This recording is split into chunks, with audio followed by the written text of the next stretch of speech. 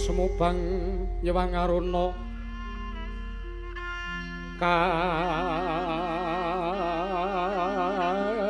kadinetraning uga rapuh sabdaning kukila areng kanikara keter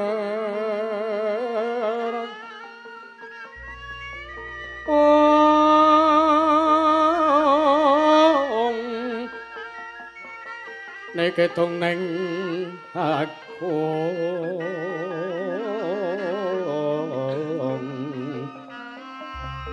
ler musim bene panco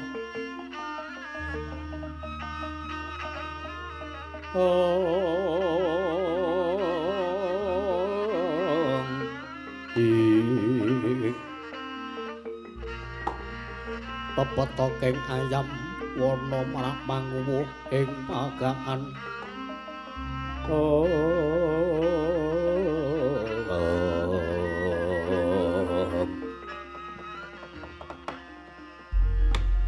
wis mlebu wonten ing wewengkon Wanatri Basara nenggih satring matur panengkahe Pandhu Sang Raden Arjuna kedaten ingkang mapan wonten ing pertapan Guwa Lawang Sanga Muhung Pandhita ingkang katon sumurar tejane tansanes kejawi namung Sang Tapa Begawan Sukmaningrat kocabahing mangke lenggah ing madyaning pecrabakan nampi arawipun Nalendra ing Traju Tresna nggih Sang Prabu Stija Pamana Kasura candrane galak kaya singa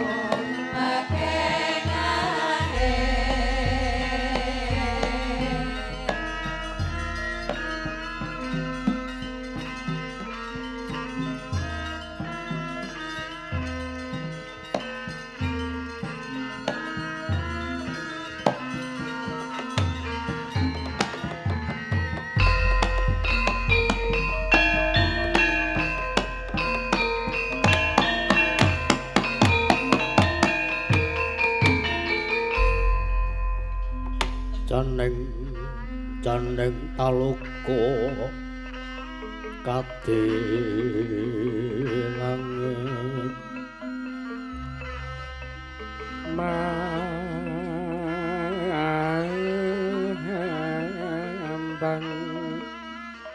papasulan upamaneka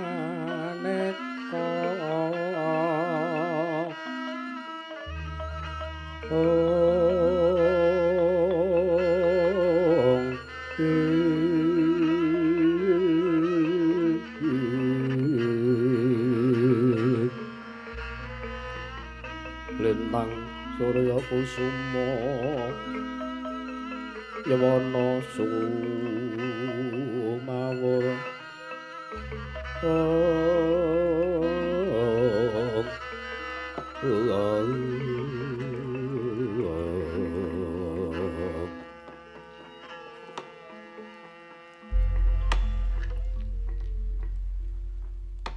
kados dene nampi kanugrahaning Jawata teka namung pandhita gunung ingkang sakmangke keduga kula lelenggan wonten ing pacrabaan teka nampi rawuhipun Nalendra Gong Binatara sinuwun sampun ngantos nggadahi sloga ingkang kados mekaten jernyatanipun pandhita ing Lawang Sanga pun Begawan Sukmaningrat menika boten pantes sinudarsana lan boten pantes sinembah jernyatanipun kula menika namung pandhita ingkang cethek ngilmu kula nanging kenging punapi sakmangke paduka sinuwun Prabu teka nggadahi sloga mekaten tumuli laku dodok lan nyembah wonten ngersanipun Kang Abdi sinuwun Prabu Setijo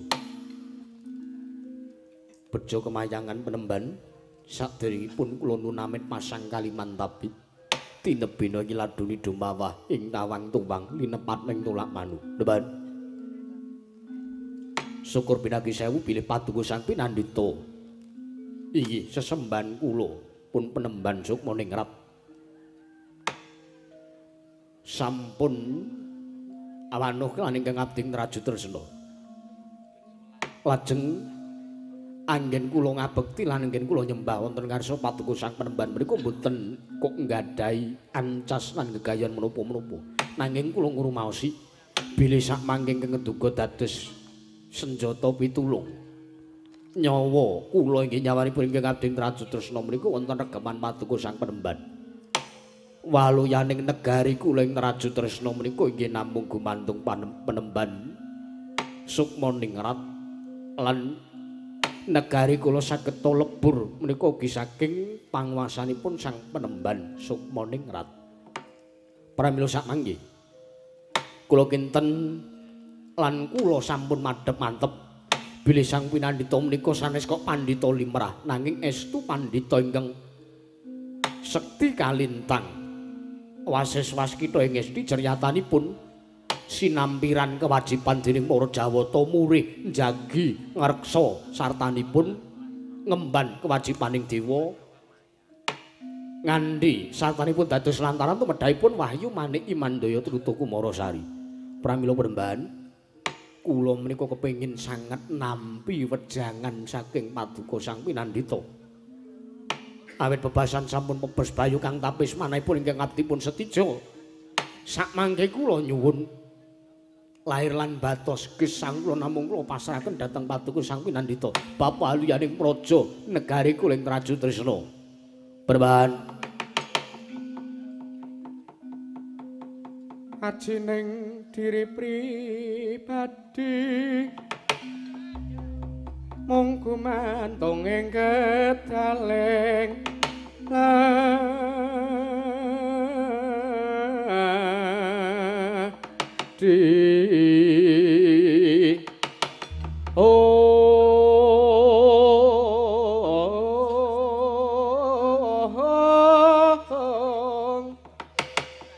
aja dianggep sepele nyatane gedhe pigunane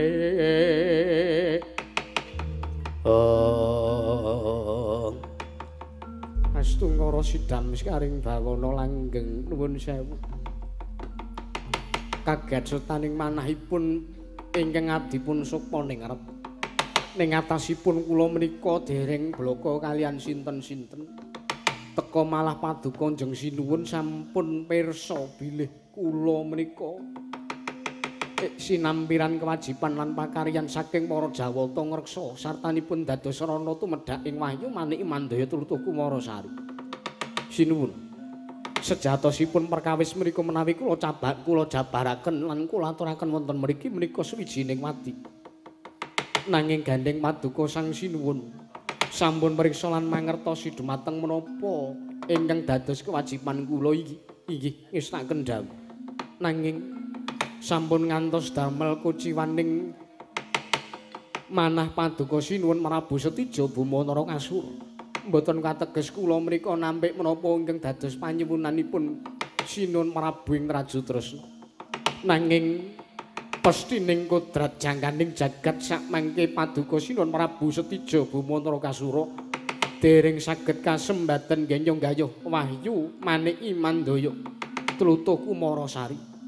Wondene menapa ingkang dados sababipun mitrat mangsit lan sasmitaning dewa paduka Kanjeng Sinuwun dereng saged sesuci lair lan batosipun dereng saged arsik estu lair lan batosipun ati lan lati menika dereng saged nyawiji dados tunggal pramila sakmangke kula suwun kanthi saestu kanthi banget menarsanipun Sinuwun Prabu Setija sampun ngantos kuciwa ing manah sinuwun syarat sarana nggenya badhe ngupadi wujudipun wahyu maniki mandaya menika kedah sesuci diri lair lan batosipun langkung rumiyin keduga sakmangke nembe pikantuk wujuding kanugrahaning Dewi ingkang aran Tulutuh Kumarasari sinuwun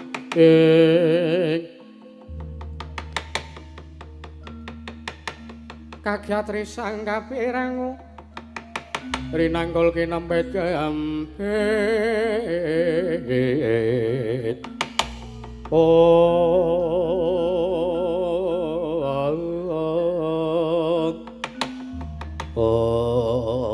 aduh menawi tetela dawuhipun sang penemban sukma ningrat sakmangke kula nyembah kula badhe ngupadi sendang langkung rumiyin perban kula pitados kelan paduka bilih sakmangke menawi estu dewa matedhakaken wahyu maniki mandaya dipun wenangaken dipun gayuh dening Kang Abding Rajatresna sakmangke kula kinten boten badhe wal kula aturi mrayogaken lan kula aturi angarantu sawanipun Kang Abding Rajatresna kula badhe nyuwun pamit upati sendang pitung werna praban inggih Kang atos-atos sinuwun.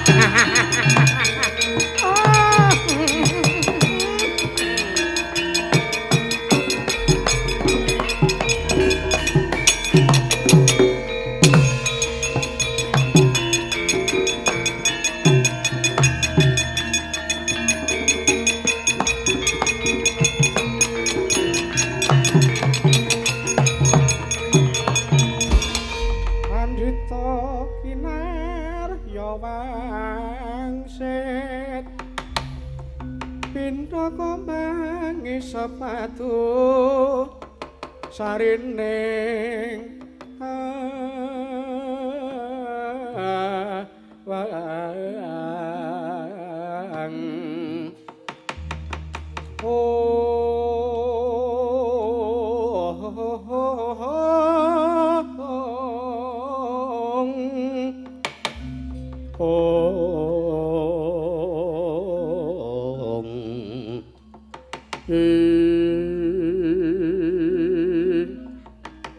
susah angin nganti ngene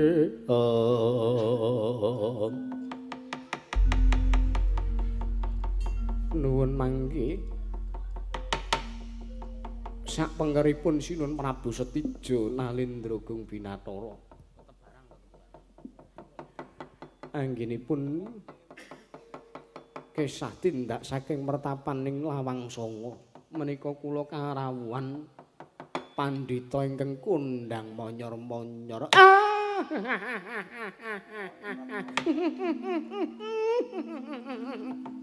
Nggih. Penemban. Iya. Oh, lah kok jebul tirmune Sumunar Tejane nganti sulap mripate Begawan Durna. Nyata iki sing dikondhangke, sartane nyata iki sing dikandhake dening dewa. Yen to samengko ingkang keduga dadi lantaran. Ya kuwi tumedhaking Wahyu Manik Imandaya. Truta Kumarasari. Oh, penemban apa kowe sing jeneng Begawan Sukmaningrat? Mboten wonten kali inggih lakar kalusan mekaten. Menika inggih ingkang abdi pun Sukmaningrat ing Lawang Sanga.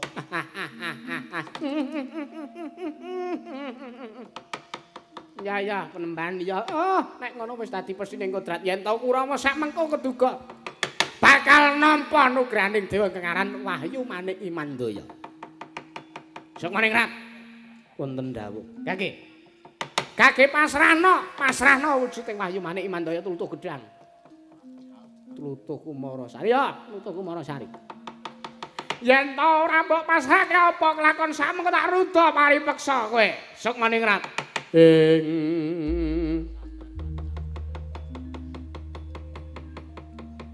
Agyatri sang kapirangu renanggol kinempet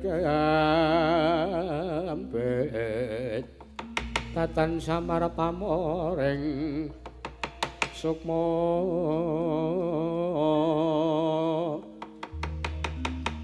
nalika semanten Dupinyur wedhaken kauntanipun Sang Tapa Bekandura nenggih Sang Begawan Sukmaningrat nalika semanten nyumurupi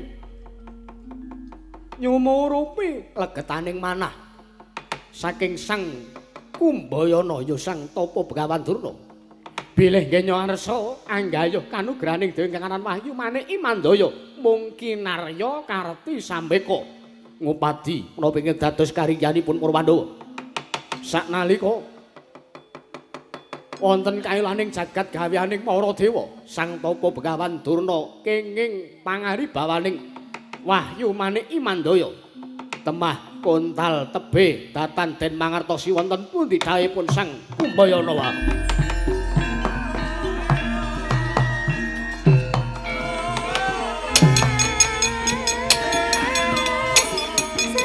Ayo, wenehno. Wah, menungsa tatanan. Wenehno, apa tarudo paripeksa kowe. Wah!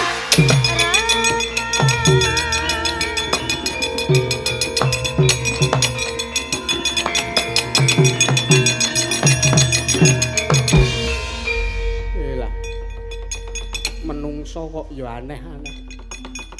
Nggayuh wahyu nanging anggone duweni niat kepengin nggayuh wahyu mung merga supaya ora ana ingkang nyaingi temah pen iso nyirnake marang sapa sing disengiti. Weh lah. Durna. Tak kira ora bakal langgeng yen to iki mau kasembadan kowe nggayuh Wahyu Manik Imandaya. Ya. Lah kok teko aku dadi ngambut gondo harum ingkang sumamburat wangine. Ana ing pecrabakan sapa iki ingkang rawuh iki?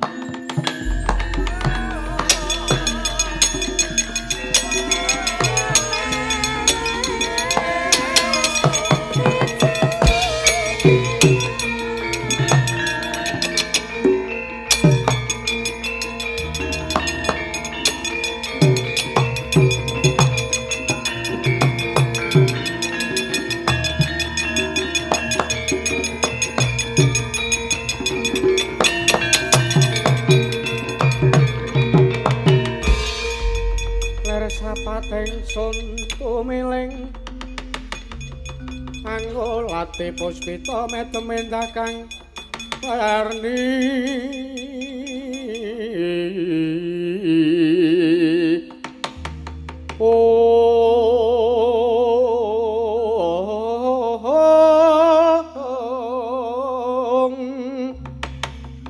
mitering tanah Sekar warasiki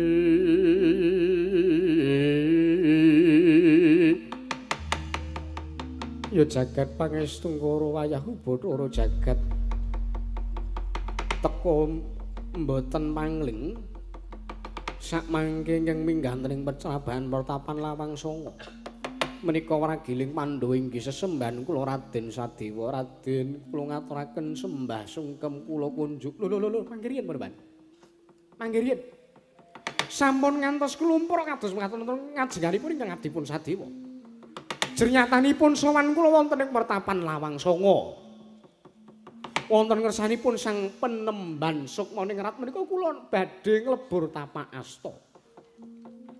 Tegesipun liripun Paduka Raden maring dawuh kados mekaten, pramila sampun ngantos sak mangke. Sang Penemban Sukmaningrat nyembah dhateng kula, nuwun sewu kula niki murid panjenengan, kula niki siswa saking Paduka. Lah kok teko sak mangke Paduka malah klumpuk kados mekaten menika nuwun sewu. Nuwun sewu Raden. Wonten ing jagat gumelar menika mboten wonten ingkang nami guru kalian siswa. Mboten wonten benten ing derajat lan pangkat. Kula menika namung titah sawantah. Jengandika Raden Sadewa menika ugi namung titah sawantah. Menapa sekintenipun nggih mitrat kula. Mitrat kula lho Raden. Nggih dos pundi Penemban? Sampun sak limrahipun jamak limrahipun menawi sak pepadaning titah menika kedah tansah ngajeni. Lho mboten. Liripun mboten. Kula menika badhe suwita wonten ngersanipun Sang Penemban Sukmaningrat nuwun sewu kula menika sanes pendhita. Kula menika sanes pandhita. Lho, menawi Paduka sanes pandhita sinten? Kula aturi nyumurupi dhateng jagatipun kang adipun Sukmaningrat. Kula menika sanes pendhita. Kula menika sanes pandhita. Lajeng sinten? Wenteh Sang Hyang Bathara Wenang.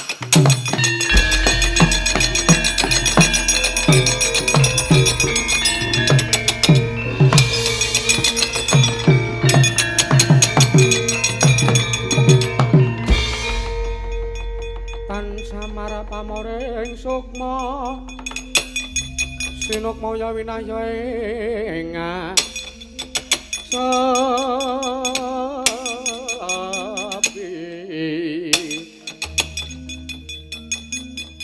sinimpen telenging kalbu pambukaning warana tarlen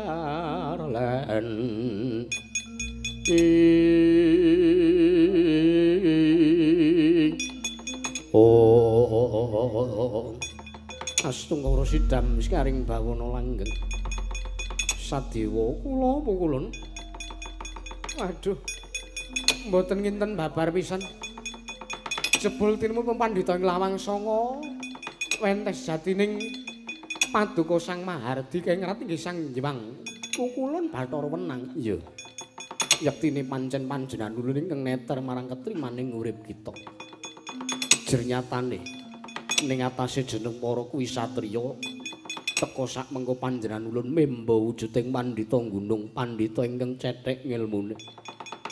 Nanging jeneng kita bisa tansah ngajeni marang sak pepadane. Lho, menika sampun dados kewajibane ngagesang. Iya. Prabu Setija kuwi sejatine uga becik bebudene nanging kuciwane durung resik lahir lan batine teges isih nguber marang kadonyan. Lan yen to kadonyane ilang Prabu Setija durung bisa ngiklasake nanging beda kelawan jeneng kita Sadewa. Wayah ulun. Nggih. Sak mengko ingkang keduga jeneng para bisa gawe luluh lan lulut manah ulun. Setemah panjenengan ulun bisa kayunyun marang wedhaling arat lati kita ingkang bisa tansah gawe sengsem kanthi srana jeneng kita ngajeni marang sak pepadaning urip. Sedewa yektine pancen wis becik kang dadi laku jantra kita anggon kita dadi satri ngatoteken ati suci pepayung budi rahayu. Yen to sak temene menungsa kuwi kudu tansah ngajeni andhap asor mring sak pepadane. Jernyatane yen tong duweni subasita unggah-ungguh andhap asor mring sak pepadane mboya bakal ndadekake asor nanging bakal ndadekake luhur derajat kita. Mula kang saka kuwi apa ingkang kita gayuh gandeng wis kita tuku kanthi laku tapa lan laku prihatin lan yektine kodrating jagat yen to wahyu manik iman daya ing keduga kuwat nampa ya mung aragiling Pandhawa marata diage mengakna lawang batin kita ulun bakal matedhake kanugrahan wahyu manik iman daya tutuk kumara tahan.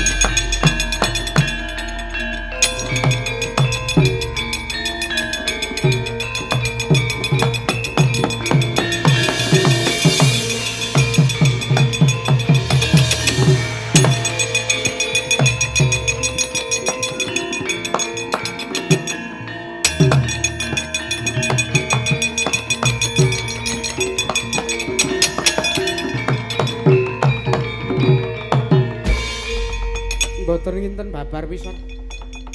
Bilih sak mangke namung ingkang abdi pun ragil ingkang keduga saged nampi kanugrahaning dewa menika. Iya. Yen mangkono jaganan lan reksana kanthi bener lan becik kanthi ati kang jujur aja duweni rasa sesungaran aja duweni rasa sombong lan aja ngegungke marang kapribaden kita. Wis mangkono wae pitungkas ulun-ulun kundur pakayangan sadewa.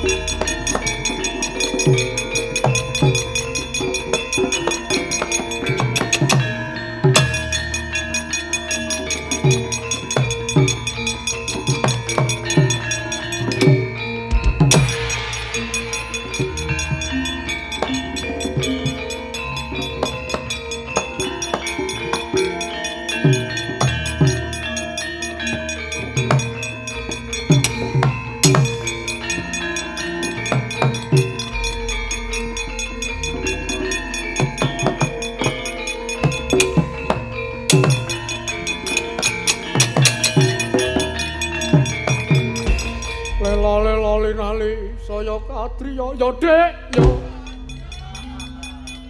Driyasmana marang risang kati rati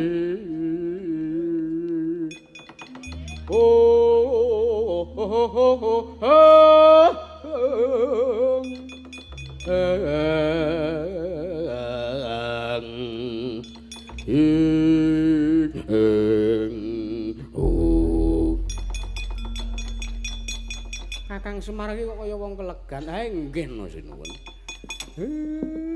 Pelak sing ngakon slendro sapa?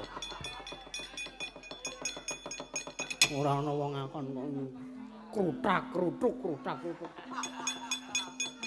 Tikus apa piye? Edan lah kok teko dadi Yayu Sedewa duweni perbawa kelawan padatan. Alah napa to kok Prabu? Sampun ngantos ngalembono kados ngantem iki kula isin. Ora usah kaya ngono kuwi. Nyatane pancen kowe iki tak kira wis kasembatan nggayuh kanugrahan apa ingkang mbok gayuh. Waduh, pangestunipun kok Prabu. Ya. Aja suwe-suwe. Ayo pun Kakang lan Siadi ndak kanthi manunggal nyawiji marang para Pandhawa. Nggih. Nanging tak jaluk dhisika lakumu karo kadangmu Madukara. Aku ana perkara ingkang kudu ndak rampung. Kula nggih sami Ndara. Nggih, nek ngaten monggo Kakang Mas Arjuna kula dherekaken. Iya, Yayi tak dherekake.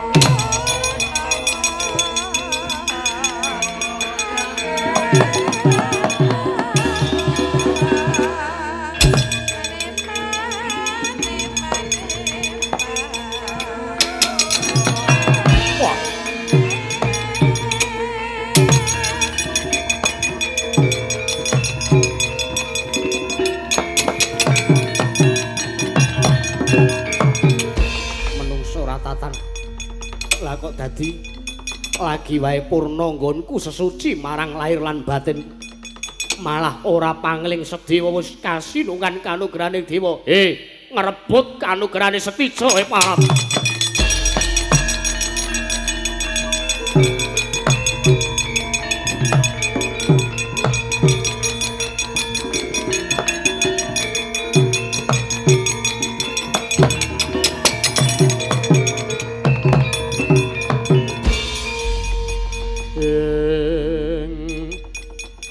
Kresna sinayang gelung mangruk mining cakra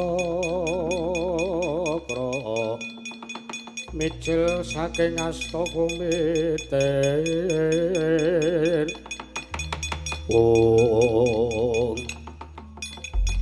mboten mangling Kanjeng Rama Prabu ngopo kowe lho ngopo kados kuwi ora entuk urung kasembatan gayuh wahyu kok muring-muring ngono kuwi karepmu kepiye? Lho, sinten sing muring-muring? Mboten enten wong muring-muring kok. Kae mau lho. Sedewa ngrebut kanugrahane Setija, dlandheng-landheng.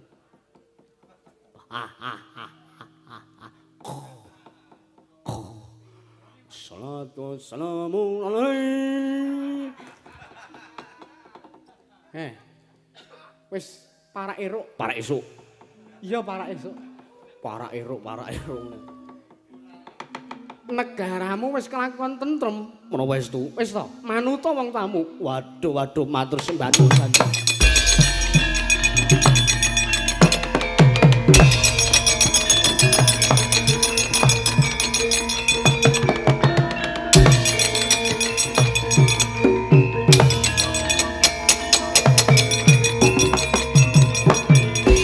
Sang Hyang Tata Kalana, yo Dek, yo.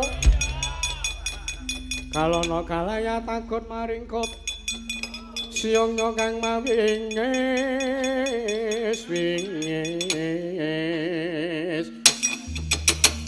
ora rupa reh kakiri-kiri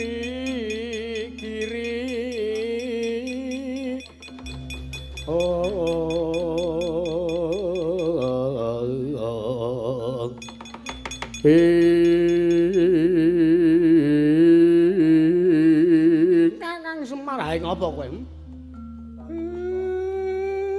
Betari Durna. Nuwun sewu Kakang, kula menika wonten sedulur. Ah sapa? Bali. Ora bali tak jodon kowe.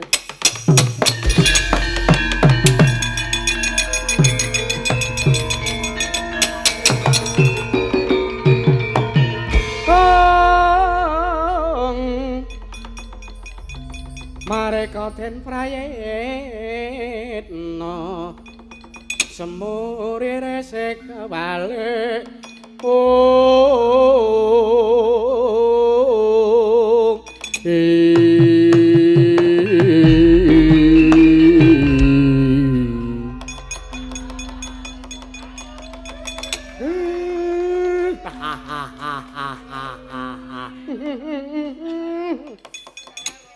iki suluk remi fa sol la si do. Jaramaya Ndara. Yo.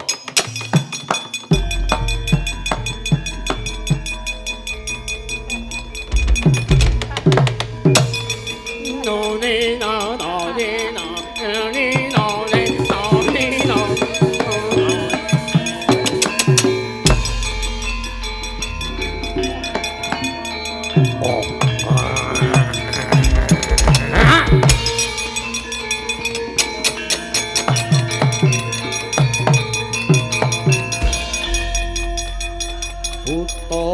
Buta galak solae lonjak sarwe sikra anda kunson oleh tanda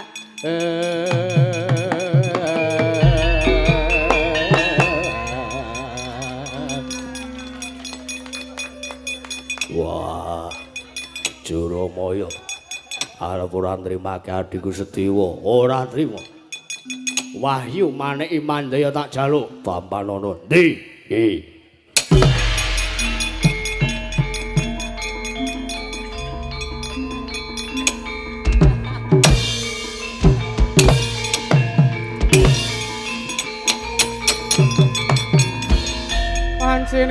wis paripurna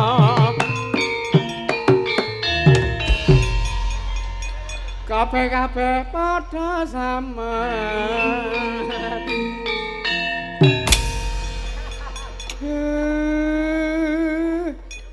jenang sela water kalen sesonderan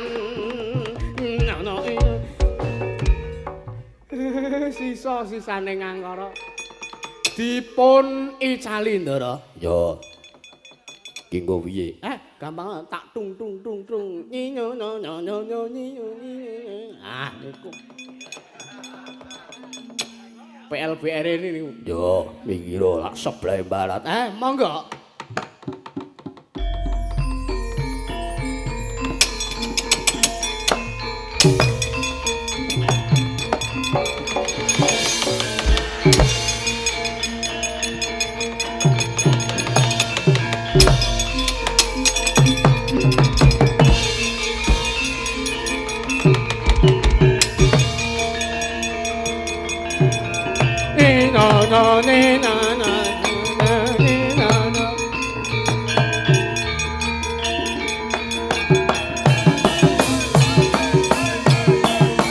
Waduh.